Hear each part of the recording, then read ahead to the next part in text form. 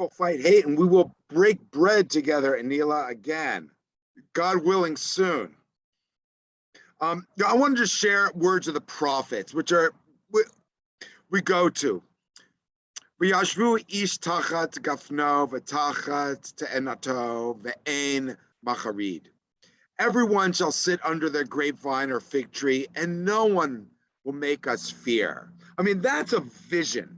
That's a vision where we will enjoy the plenitude of the earth, and that there's we won't fear anyone else. No one can make us fear, because somehow we'll be united. We'll be different, but we'll be mutual respect between all peoples.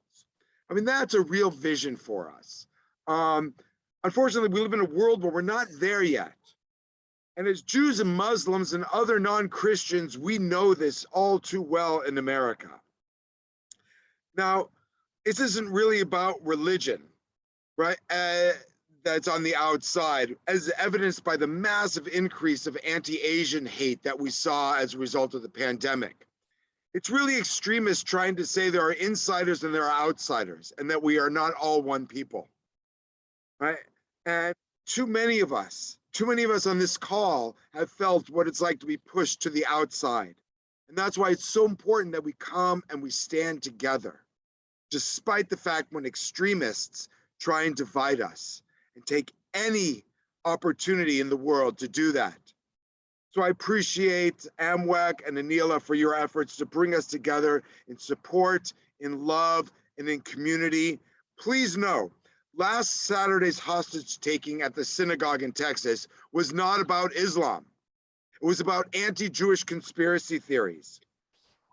After the conviction in 2010 in an American court for terrorism issues, right, the convicted individual stood up and blamed their guilty verdict on Israel, as if Israel controls the American courts.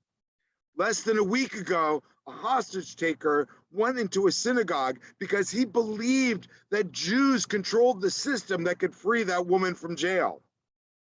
Extremists exploit religion, religious traditions, pandemics, natural disasters, government policies. They'll exploit anything to spread their hate and to disinform the population to drive their hateful agenda. So I praise Amwek and all of you on this call, and so many more of our allies who are on this call, for calling this out and for letting us know really explicitly about the danger and perniciousness of anti-Semitism. We are all bound together. We all have skin in the game, but it's no game. It's about life and death. We know that painfully. Injustice anywhere is a threat to justice everywhere. You know, in the Jewish tradition, we have morning blessings that we say every morning. One of those is thanking God for Matir Asurim, for freeing the captives. We are grateful that the captives last week were freed, but we have to fight to free everyone who's been captivated by hateful ideas, by xenophobia. We have another blessing that praises God for opening the eyes of the blind.